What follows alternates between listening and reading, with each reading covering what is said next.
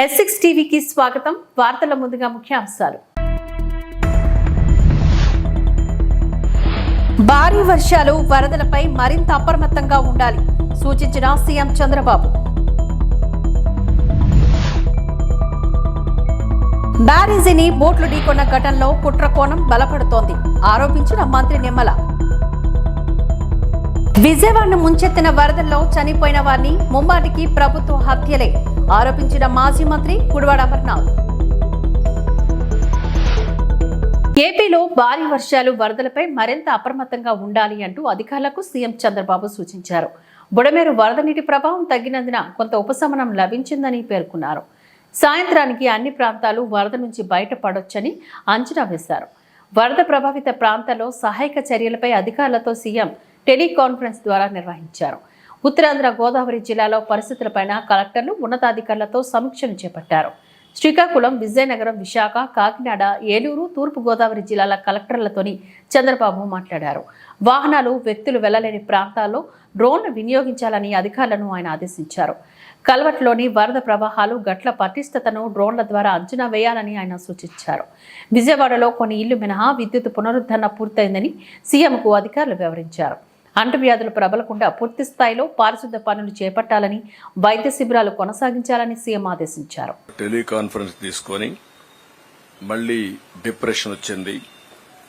దీనివల్ల ఎక్కువ వర్షాలు కురుస్తున్నాయి. శ్రీకాకుళం నుంచి ఈరోజు గుంటూరు, ప్రకాశం వరకు ఈ ప్రాబ్లమ్స్ వచ్చే పరిస్థితి ఉంది. ఏదైతే బాపట్ల వరకు ఇవన్నీ కూడా మళ్ళా ఒకసారి అందరినీ అప్రమత్తం చేశాం. ఎక్కడికక్కడ రియలిస్టిక్ టైంలో మేమంతా కూడా ఎంత రెయిన్ఫాల్ పడుతుందో వారికి ఇన్ఫర్మేషన్ ఇచ్చాం. హెవీ రెయిన్ఫాల్ గానీ, మోడరేట్ రెయిన్ఫాల్ గానీ మొత్తం కూడా ఎక్స్ప్లెయిన్ చేశాం. ఉత్తరాంధ్రలో ఎక్కువ వర్షాలు పడే పరిస్థితి ఉంది. ఏలేరు రిజర్వాయర్కి ఏఎస్ఆర్ జిల్లా నుంచి ఎక్కువ నీళ్లు వచ్చే అవకాశం ఉంది. దానివల్ల కూడా ఏలేరుకు నీళ్లు వస్తే ఆ నీళ్లన్నీ కిందికి పోతే పిఠాపురం ప్రాంతంలో ముంపు గురయ్యే పరిస్థితి ఉంది. దానికి తగిన ప్రికాషన్స్ తీసుకోమన్నాం. ఎందుకంటే 15,000, 20,000 వచ్చే అవకాశం ఉంది. 24 టీఎంసీ కెపాసిటీ ఏలేరు. ఇప్పటికే 21 మధ్యాహ్నాలకి నిండింది. వెజిటబుల్ తీసుకొచ్చి డిస్ట్రిబ్యూట్ చేశాం. ఇంతవరకు 163 టన్నులు, మెట్రిక్ టన్నులు వెజిటబుల్స్ డిస్ట్రిబ్యూట్ చేశాం. వాటర్ అయితే మొత్తం 236 ట్యాంకర్స్ పనిచేస్తున్నాయి. 417 ట్రిప్స్ తో తీసుకెళ్లారు. ఇంతవరకు మొత్తం చూస్తే ప్రకాశం బ్యారేజీని 5 బోట్లు ఢీకొన్న ఘటనలో కుట్ర కోణం బలపడుతోందని మంత్రి నిమ్మల రామానాయుడు ఆరోపించారు. దర్యాప్తు అధికారులు కూడా ఇదే అనుమానం వ్యక్తం చేస్తున్నారని అన్నారు. బ్యారేజీని ఢీకొన్న పడవల్లో ఒకే యజమానికి చెందిన 3 బోట్లు ఉన్నాయని చెప్పారు. లంగర్ వేయకుండా 3 బోట్లను ప్లాస్టిక్ తాడుతో కట్టారని చెప్పారు. బోటు యజమాని వైకాపా నేత కావడం కుట్ర కోణాన్ని బలపరుస్తోందని చెప్పారు. 45, 50 టన్నుల బరువున్న పడవలు 67, 69, 70 గేట్లను దాటి కౌంటర్ వెయిట్లను బలంగా ఢీకొట్టాయని అన్నారు. అదృష్టవశాత్తు బ్యారేజీకి సంబంధించిన ప్రధాన కట్టడం, గేట్లకు ఇబ్బంది లేదని చెప్పారు. నందిగం సురేష్, తలసిల రఘురాంకు బోటు యజమాని ఉషాద్రి రామ్మోహన్ దగ్గర మనిషి, వాటికి వైకాపా రంగులు ఉండటం పలు అనుమానాలకు తావిస్తోందని చెప్పారు. బుద్ధన్న రాయనిపాలెం వైపు ఉండే బోట్లు వరదకు ముందే యువతలకు వచ్చాయి. సుమారు 1.5 కోటి విలువ చేసే బోట్ల పట్ల ఇంత నిర్లక్ష్యంగా ఉంటారా అని ఆయన ప్రశ్నించారు. పై స్థాయి ఆదేశాలు లేకుండా విలువైన బోట్ల పట్ల నిర్లక్ష్యంగా ఉండరు అని నిమ్మల రామానాయుడు ఆరోపించారు. 40-50 టన్నులు ఏదైతే ఒక్కొక్క పడవ దాని వెయిట్, అటువంటి బరువైనటువంటి పడవలు అంత వేగంగా ఆ రోజు ఉన్నటువంటి వరద ప్రవాహంలో కొట్టుకొచ్చి మరి పర్టికులర్గా ఏదైతే ప్రకాశం బ్యారేజీకి సంబంధించి 67, 69, 70 గేట్లను దాటి ఏదైతే కౌంటర్ వెయిట్ ని బలంగా ఢీకొనడంతో కౌంటర్ వెయిట్లు దెబ్బతినేటువంటి పరిస్థితి మీ అందరికీ తెలుసు.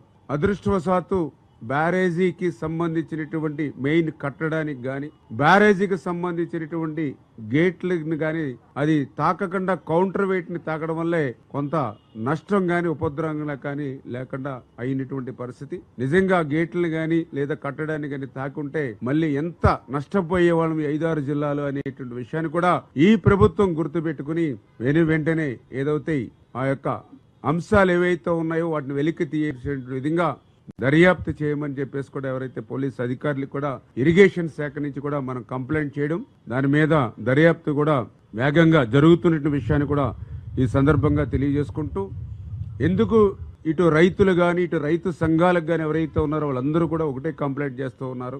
ఇదంతా కూడా అనుమానాలకి తావిస్తూ ఉంది.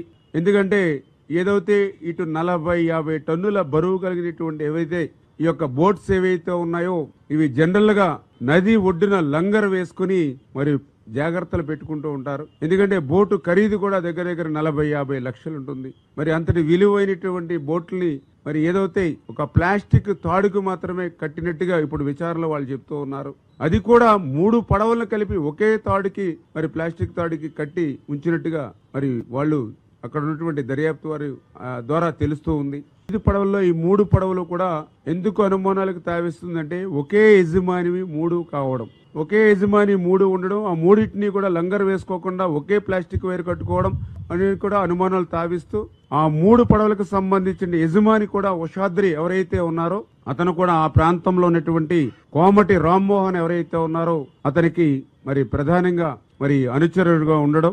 ఈ కోమటి రామ్మోహన్ ఎవరైతే ఉన్నారో మరి జగన్మోహన్ రెడ్డికి అత్యంత సన్నిహితుడు అయినటువంటి తలసేర రఘురాం మీ అందరికీ తెలుసు. ఆయనకి ఈయన రామ్మోహన్ బంధువు కావడం, ఈ రామ్మోహన్ అదేవిధంగా ఈ ఉషాద్రి వీరు వారి యొక్క బంధుత్వాలను గాని వైఎస్ఆర్సీపీ పార్టీలో చేస్తున్నటువంటి సేవలను గాని ఎక్స్ ఎంపీ నందిగం సురేష్ గారు ఎవరైతే ఉన్నారో మరి వారి కనుసన్నల్లో ఆ రోజు పెద్ద ఎత్తున ఏదైతే నది పరివాహక ప్రాంతంలో నదిలో అక్రమంగా, ఎందుకంటే డ్రెడ్జింగ్ చేసి ఇసుక తీయడం ఏదైతే నిషేధం ఉన్నప్పటికీ కూడా ఆ రోజునటువంటి ఈ యొక్క వైఎస్ఆర్సీపీ ప్రభుత్వం యొక్క అండదండలతో ఏదైతే ఇప్పుడు కొట్టుకొచ్చినటువంటి పడవల ద్వారానే ఆ రోజు అక్రమంగా రిడ్జింగ్ చేసి ఇసుకను లూటీ చేసినటువంటి పరిస్థితి ఉందని, ఇప్పుడు ఆ పడవలకు కూడా ఏదైతే బోట్స్ కూడా ఆ వైఎస్ఆర్సీపీ కలర్ కూడా ఉండడం, ఆ రోజు ఏదైతే అక్రమ ఇసుక రవాణా గాని రిడ్జింగ్ చేసేటప్పుడు అధికారులకి, ఎందుకంటే ఇది అధికార పార్టీ వైఎస్ఆర్సీపీ పార్టీ అనేటువంటి విధంగా ఆ కలర్స్ ను కూడా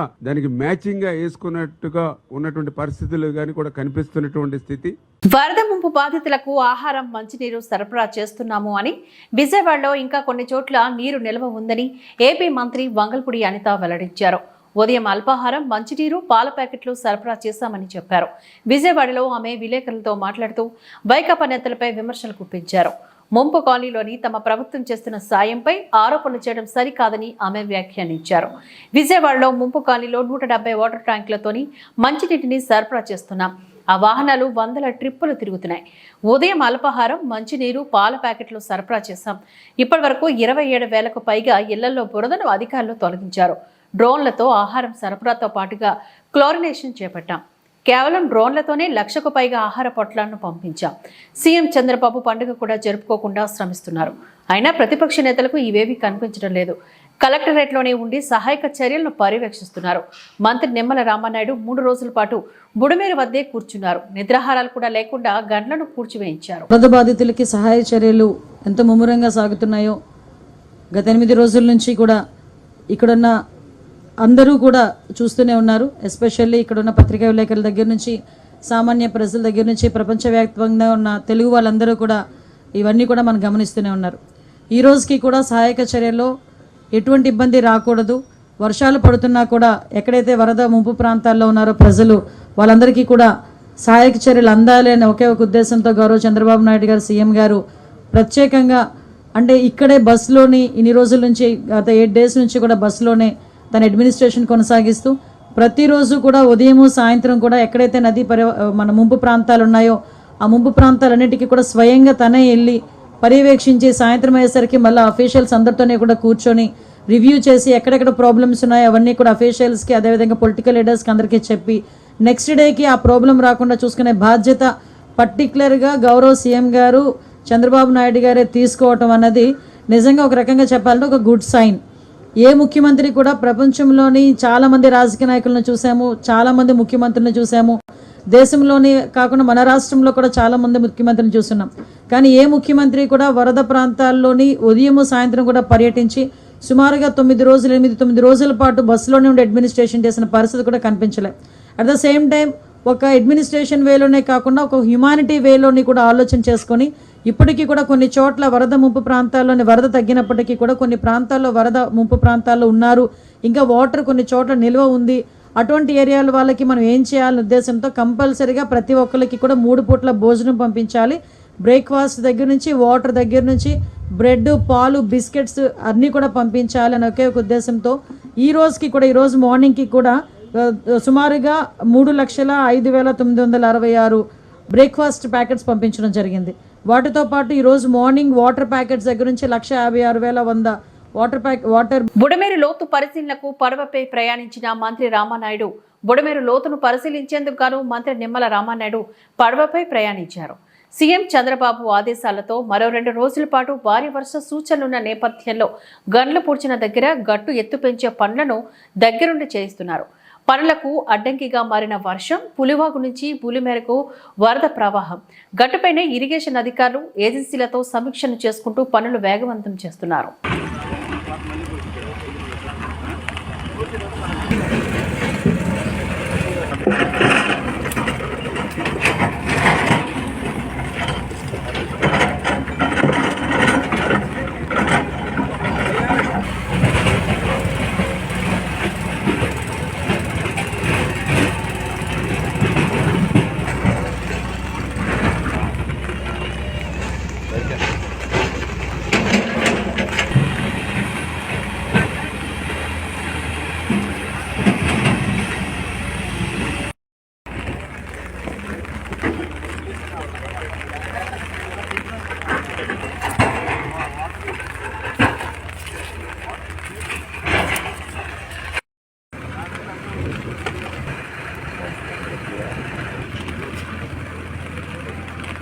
జగన్ ప్రభుత్వం వినాయక మండపాల ఏర్పాటుకు పనులు చేసే వివిధ రకాల రుసుములు అన్ని 10 రోజుల క్రిందటే రద్దు చేశాం.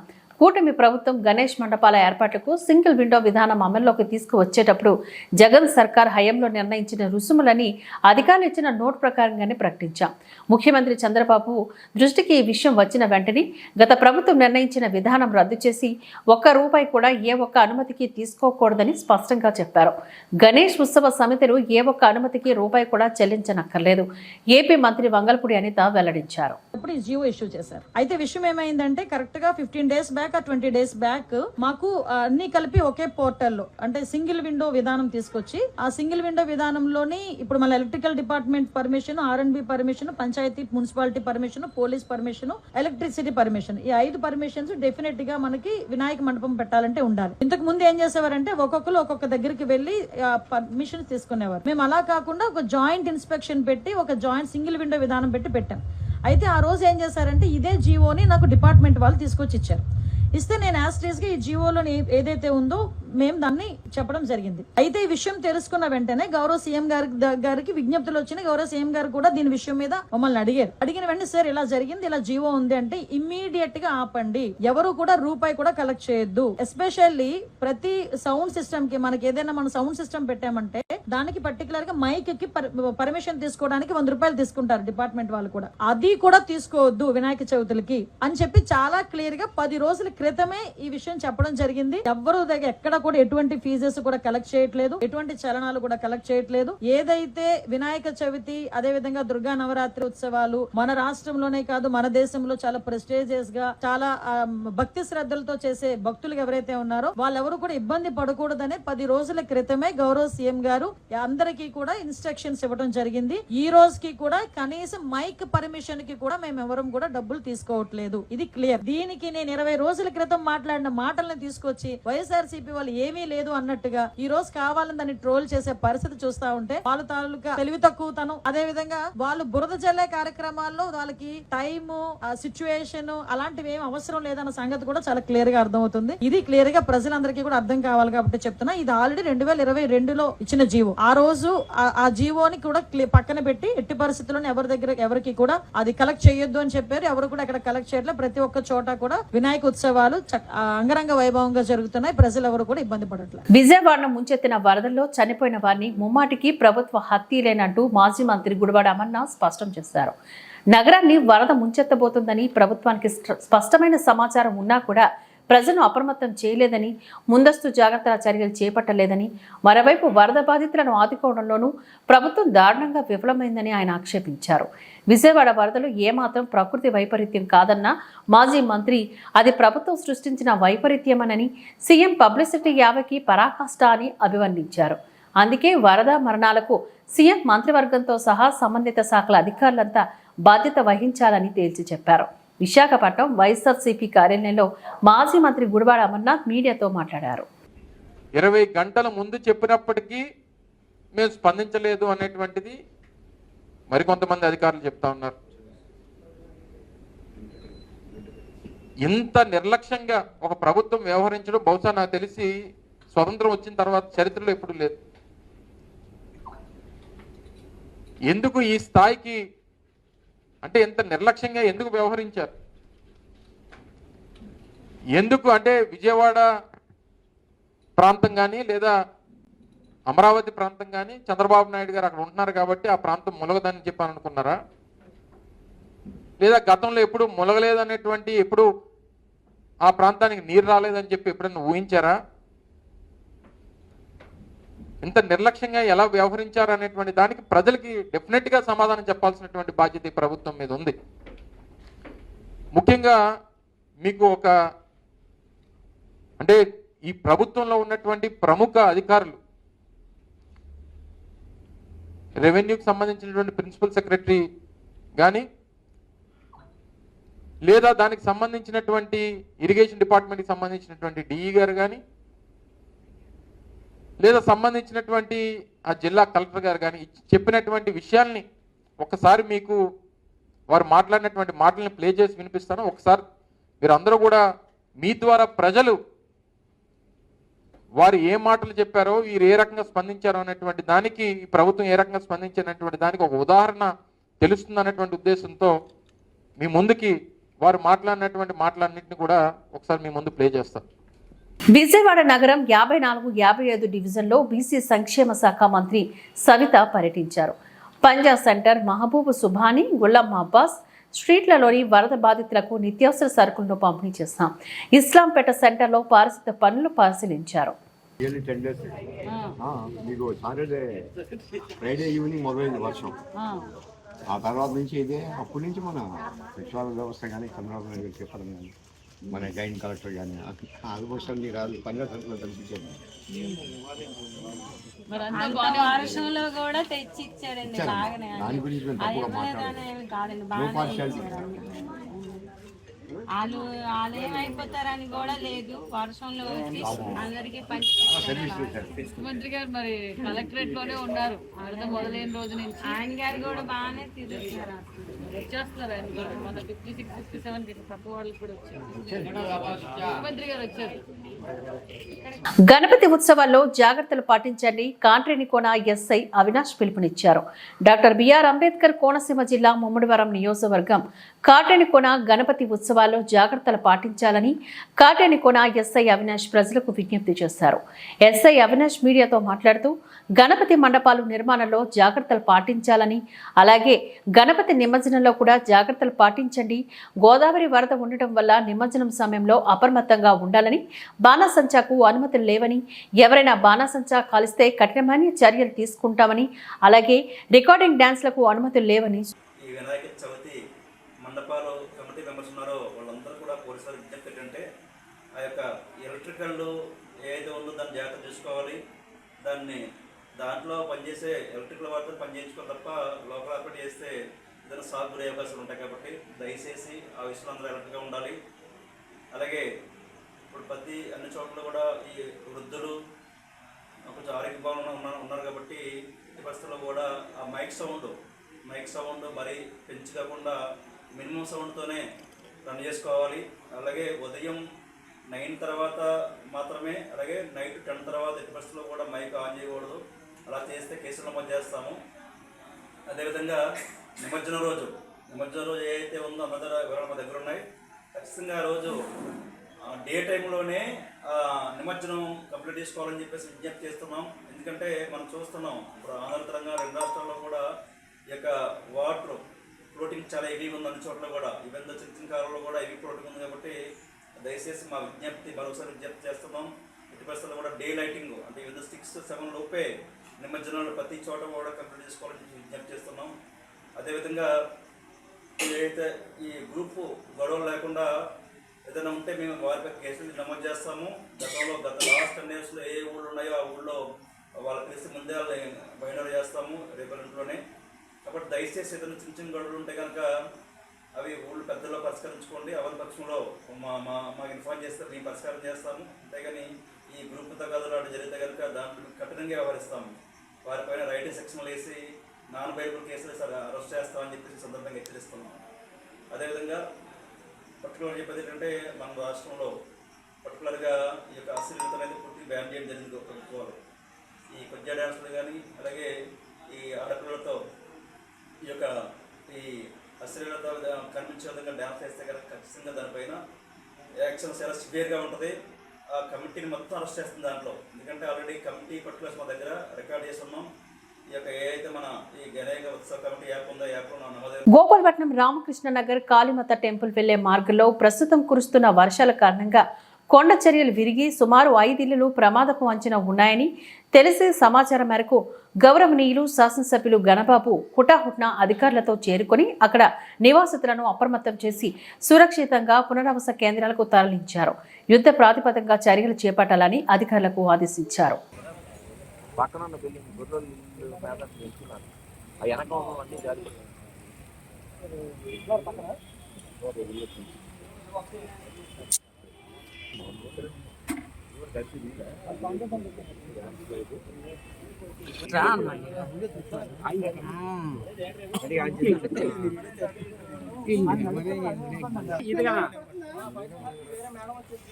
వర్కౌట్ అవ్వట్లేదు పెట్టాలి అది చూడండి లేకమనే అటు చూ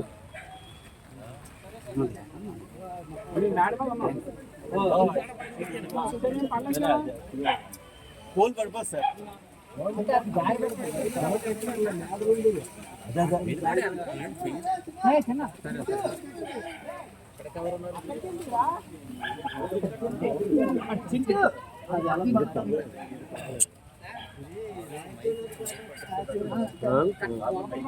ఈ పాటకల్ మనం టీవీ పంపించాం పవర్ ఫస్ట్ నేను పంపించి ఇన్స్టా కట్ చేసాను. ఒకళ్ళు పడిపోయినందుకు ఆ పోల్ డిస్టర్బ్ చేయండి.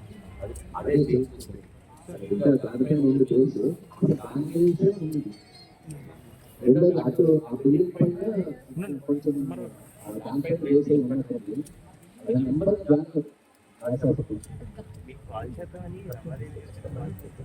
చేయగలుగుతారు. అది కూడా దీనిలో కొద్దిగా ఏదన్నా తీసుకోమనండి. సపోర్ట్ తీసుకోవాలి. కొన్ని ఏదైనా తాళ్ళు కట్టుకుని ఎల్ షేప్ లో ఉంది కదా ముందు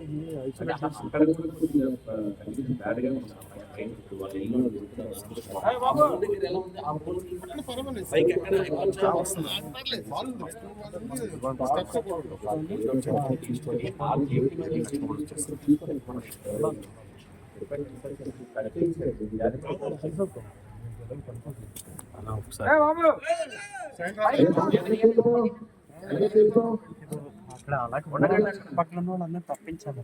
చెప్తున్నాం సార్ పైన దిగిపోతున్నాం అని చెప్తున్నాం. అందరూ అక్కడ ఉన్నారు సార్.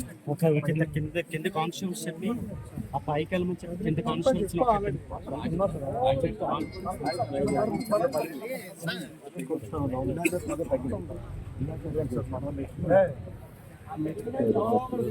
సపోర్ట్ తీసుకొని లైన్ కట్ చేస్తుంది సార్.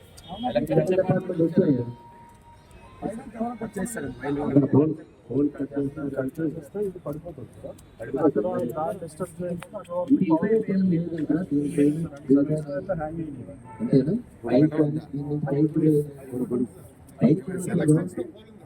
అక్కడికి వెళ్ళినటువంటి పవర్ దాన్ని కూడా కట్ చేయాలి.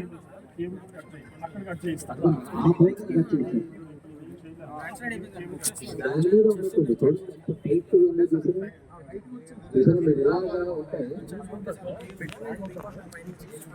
దాని మీద టెస్ట్ చేయండి.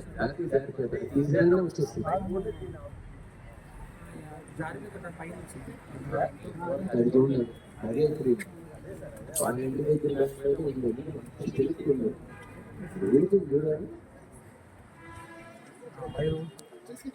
ఇక్కడ మూవ్ చేస్తున్నారు కదా, అందుకని మూవ్ అవుతుంది.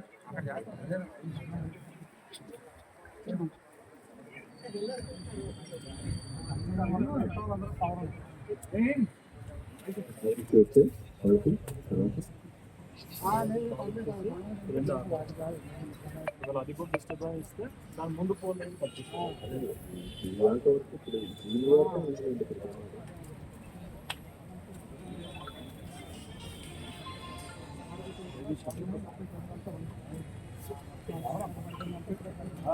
మేఘా త్రిగేట రిజర్వాయర్ పరిస్థితి పరిశీలించిన డిప్యూటీ మేయర్ జియాని శ్రీధర్ గడిచిన 2 రోజులుగా నగరంలో ఎడతెరిపి లేకుండా కురుస్తున్న భారీ వర్షాల కారణంగా అనేక లోతట్టు ప్రాంతాలు నీట మునిగాయి. ఈ మేరకు విశాఖ పశ్చిమ నియోజకవర్గ మేఘా త్రిగేట రిజర్వాయర్ నీటి మట్టం పెరగడంతో రిజర్వాయర్ పరిసర ప్రాంతాలను నగర డిప్యూటీ మేయర్ జియాని శ్రీధర్ పరిశీలించారు. రిజర్వాయర్ సిబ్బందిని అడిగి నీటి మట్టం వివరాలను తెలుసుకున్నారు. ఈ సందర్భంగా ఎడతెరిపి లేని కారణంగా ప్రజలందరూ అప్రమత్తంగా ఉండాలని, సురక్షిత ప్రాంతాలకు తరలి వెళ్లాలని కోరారు. ఎలాంటి విపత్తు అయినా ఎదుర్కొనేందుకు నగరపాలిక సంస్థ అన్ని విధాలుగా సిద్ధంగా ఉందని తెలిపారు.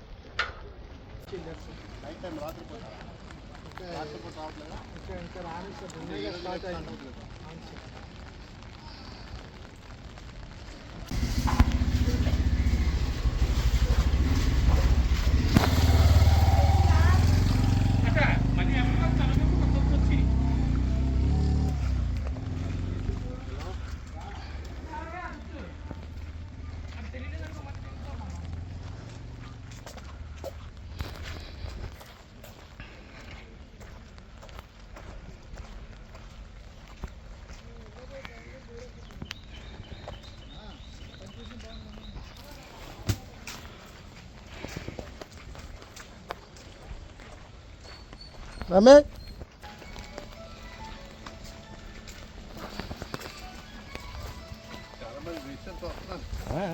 పెళ్ళి అయిపోతుంది కదా.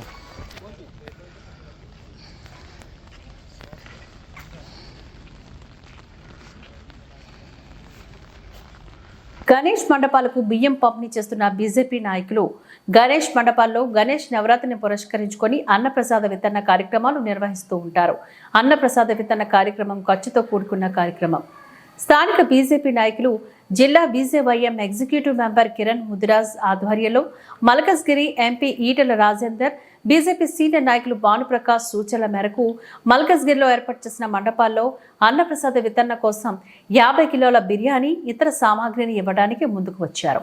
ఈ సందర్భంగా కిరణ్ కుమార్ ముదిరాజ్ మాట్లాడుతూ గణేష్ మండపాల్లో నిర్వహిస్తున్న అన్నదానం కోసం 50 కిలోల బియ్యంతో పాటు ఇతర సామాగ్రిని అందిస్తున్నామని, ఇప్పటి వరకు కూడా దాదాపుగా 100 మండపాలకు పైగా అందించడం జరిగిందని, మండపానికి సంబంధించి ఎలాంటి ఇబ్బంది ఉన్నా కానీ మరే విషయంలో కానీ ఇబ్బందులు ఏర్పడినట్లయితే తన దృష్టికి తీసుకువస్తే తక్షణమే పరిష్కరిస్తామని ఈ సందర్భంగా వారు తెలియజేస్తారు. నా పేరు Kiran Mudiraj, BJYM executive member, జిల్లా మేడ్చల్ మల్కాజిగిరి డిస్టిక్. మేము ఈ వినాయక చవితికి ప్రతి మండపానికి రైస్ బ్యాగ్స్ మరియు వాళ్ళకి కావాల్సిన సౌకర్యమైన వస్తువులు అన్నీ పంపిణీ చేయడం జరుగుతుంది. ఈరోజు దాదాపుగా 50 నుంచి 100 వరకు పంపిణీ చేసాము. ఇంటి నుంచి ఈరోజు వరకు రాబోయే 11 రోజులు కూడా మొత్తం ఏవైతే ఉన్నాయో ప్రతిదీ మేము సమర్పించడానికి రెడీగా ఉన్నాము. ఇది ఈటెల రాజేందర్ గారు మన భానుప్రకాష్ వారి ఆధ్వర్యంలో జరగడం జరుగుతుంది. కాబట్టి ఎలాంటి మీ మండపాల్లో ఎలాంటి అసౌకర్యాలు జరిగినా, పోలీసు వారు ఏ ఇబ్బంది పెట్టినా నాకు వచ్చి చెప్పవలసిందిగా విన్నపం. ఎటువంటి అవసరాలైనా కూడా మేము తీర్చడానికి సిద్ధంగా ఉన్నాము. జై భారత్ మాత. ప్రతి మండపానికి మా బీజేవైఎం తరపు నుంచి కిరణ్ ముద్రాజ్ గారి మరియు భానుప్రకాష్ గారి ఈటెల రాజేందర్ గారి ఆధ్వర్యంలో ప్రతి మండపానికి 50 కేజీల రైస్ బ్యాగ్ని పంపిణీ చేయడానికి నిర్ణయించాము. ఆల్రెడీ ఈరోజు ఒక 50 మండపాలకు పంపించడం జరిగింది డివిజన్లో మొత్తంగా. ఇంకా రాబోయే 11 రోజుల్లో కూడా మొత్తం ఉన్న అన్ని మండపాలకి పంపించడం జరుగుతుంది. వరంగల్లో ఇండియన్ హై స్కూల్లో బీసీ ధూమ్ధానం సన్నాహక సమావేశం డాక్టర్ చింత Praveen Kumar Kakatiya university assistant professor సభ అధ్యక్షతన బీసీల ధూమ్ధాం సన్నాహక సమావేశాన్ని నిర్వహించారు. ఈ కార్యక్రమంలో ప్రజా సంఘాల జేఏసీ చైర్మన్ ముంజల భిక్షపతి గౌడ్ మాట్లాడుతూ బీసీలకు 42% స్థానిక ఎన్నికల్లో రిజర్వేషన్ పెంచాలని ఆయన అన్నారు. కామారెడ్డి డిక్లరేషన్ అమలు చేయాలని ఆయన అన్నారు. త్వరలోనే జరగబోయే వరంగల్లో భారీ ఎత్తున నిర్వహించే బీసీ ధూమ్ధాం డాక్టర్ చింతకుమార్ ఆధ్వర్యంలో ఘనంగా పెద్ద ఎత్తున నిర్వహించడం జరిగిందని అన్నారు. త్వరలో నిర్వహించబోయే బీసీ ధూమ్ధాం కార్యక్రమానికి రాష్ట్ర వ్యాప్తంగా ఉన్న బీసీ ప్రజానికం కదలి రావాలని ముంజాల భిక్షపతి గౌడ్ పిలుపునిచ్చారు. వచ్చే ఎన్నికల్లో బీసీ ముఖ్యమంత్రి కావడం జరుగుతుందని ఆశాభావాన్ని వ్యక్తం చేసిన ముంజల అన్ని రాజకీయ పార్టీలు బీసీ అధ్యక్షులుగా ప్రకటించాలని ఆయన కోరారు. కాంగ్రెస్ పార్టీ గౌడ జాతీయ ముద్దుబిడ్డ సర్దార్ సర్వాయి పాప వారసుడు, బీసీ ముద్దుబిడ్డ జ్యోతిరావు పూలే వారసుడు, కాంగ్రెస్ పార్టీ బీసీ నాయకులకు పీసీసీ ప్రెసిడెంట్ కాంగ్రెస్ పార్టీ ఇవ్వడం చాలా గర్వించదగ్గ విషయమని ముంజాల అన్నారు. అదే స్ఫూర్తితో ఇతర రాజకీయ పార్టీలు కూడా బీసీలకు రాష్ట్ర అధ్యక్ష పదవి ఇవ్వాలని ఆయన కోరారు.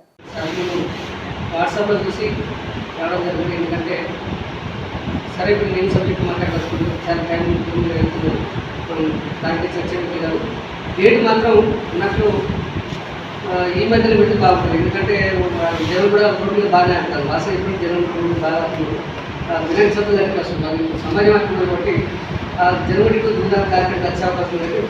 మీరు దానికి కంపేసి సనాతన సమాజం కంపేసి ఆ కమిటీలో బాధ్యతలు అన్ని విజయం చేస్తే తప్పకుండా బీసీల ధూమ్ధాం తప్పకుండా విజయం జరిగింది. 33 జిల్లాల్లో బీసీల అభిమానులు తప్పకుండా 33 జిల్లాలు రావాలి.